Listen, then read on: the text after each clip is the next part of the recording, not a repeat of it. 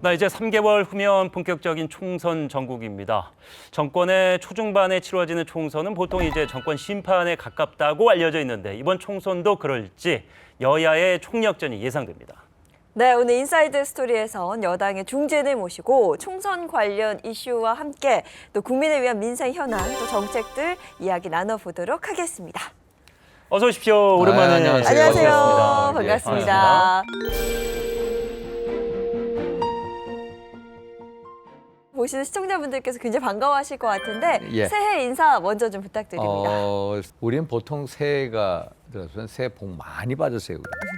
정말 우리 새해 복 많이 받으시기 바랍니다. 근데 우리 이웃 나라 중국에서는 어떤 새해 덕담을 하냐면은 이제 중국말로 말씀드릴게요. 공시 파차이. 공희 발제라고 해서 발제라는 말이 뭐냐면은 돈 많이 버세요. 공시 파차에서 돈 많이 버세요. 부자 되세요. 갑진년 새해 정말 우리 모두가 부자 되는 한 해. 또 서민 경제의 주름살이 펴지고 또 국가 경제가 부흥하는 그런 한 해가 되길 기원합니다. 예. 나라와 국민을 위해서 그리고 지역민을 위해서 그가 또 3년여 시간 만에 이 자리에 오시면서 바쁘게 지내셨습니다. 요즘 우리 국민들 어떻게 지낸다고 보십니까? 일단은 우리 경제, 이제 경제가 큰 우리 화두입니다. 사실 작년에 이제 여러 가지 고물가, 고금리, 고환율 3고라고 지칭되지 않았습니까?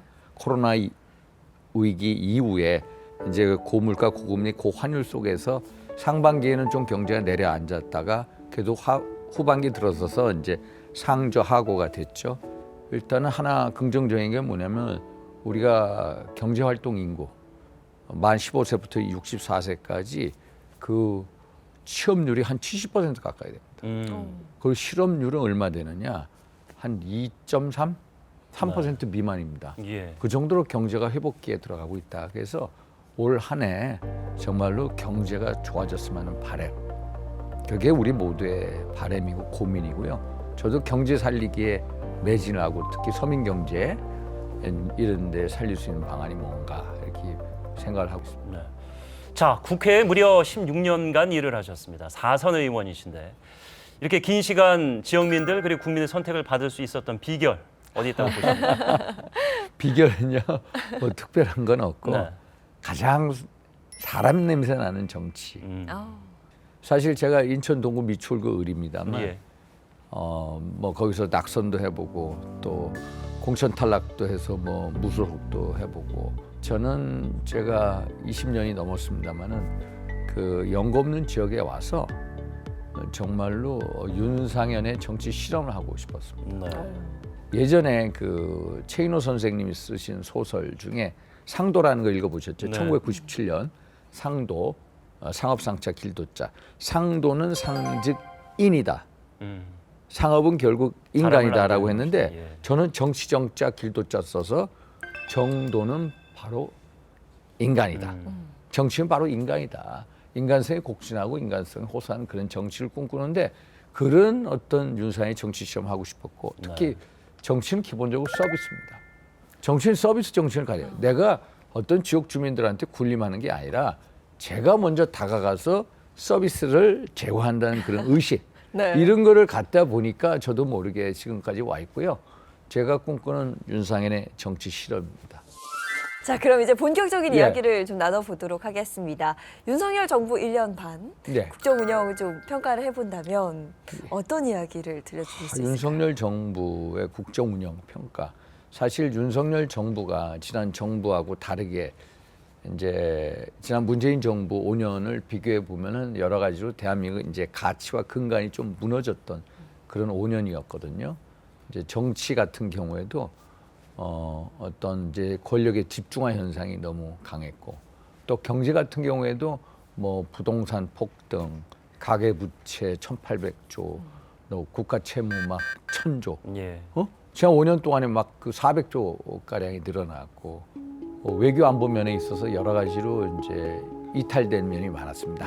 한미 동맹이 가장 중요한데 한미 동맹이 긴장 관계로 가고 한일 관계 역대 최악이고 한중 관계는 좀 여러 가지 너무 저자세 외교를 했습니다.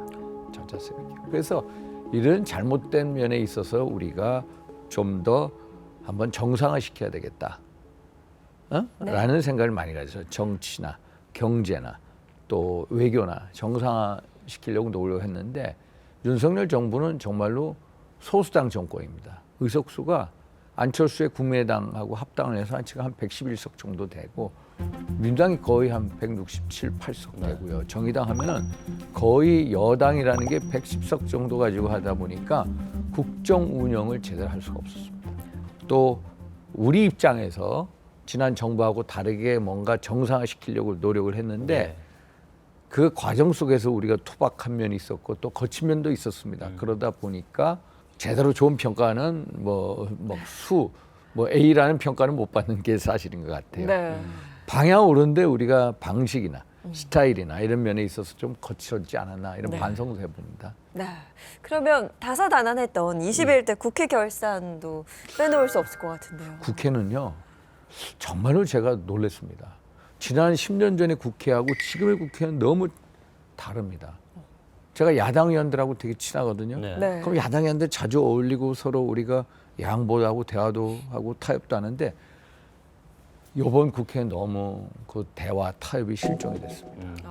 대화 타협이 실종된 국회. 그리고 워낙 그 작년 재작년 3월 9일 대선 때 0.7% 가까스로 이겼습니다. 거기서 표 차이가 얼마? 24만 뭐 몇천 표입니다. 그러다 보니까 서로 극한 투쟁이 되는 겁니다. 정쟁을 하고 또 그러다 보면은 이제 품격 없는 말들이 너무 국회에서 난무하잖아요. 그래서 국회 품격을 떨어뜨리는 그런 반성을 해야 되겠다. 그래서 좋은 평가를 못 받는 것 같아요.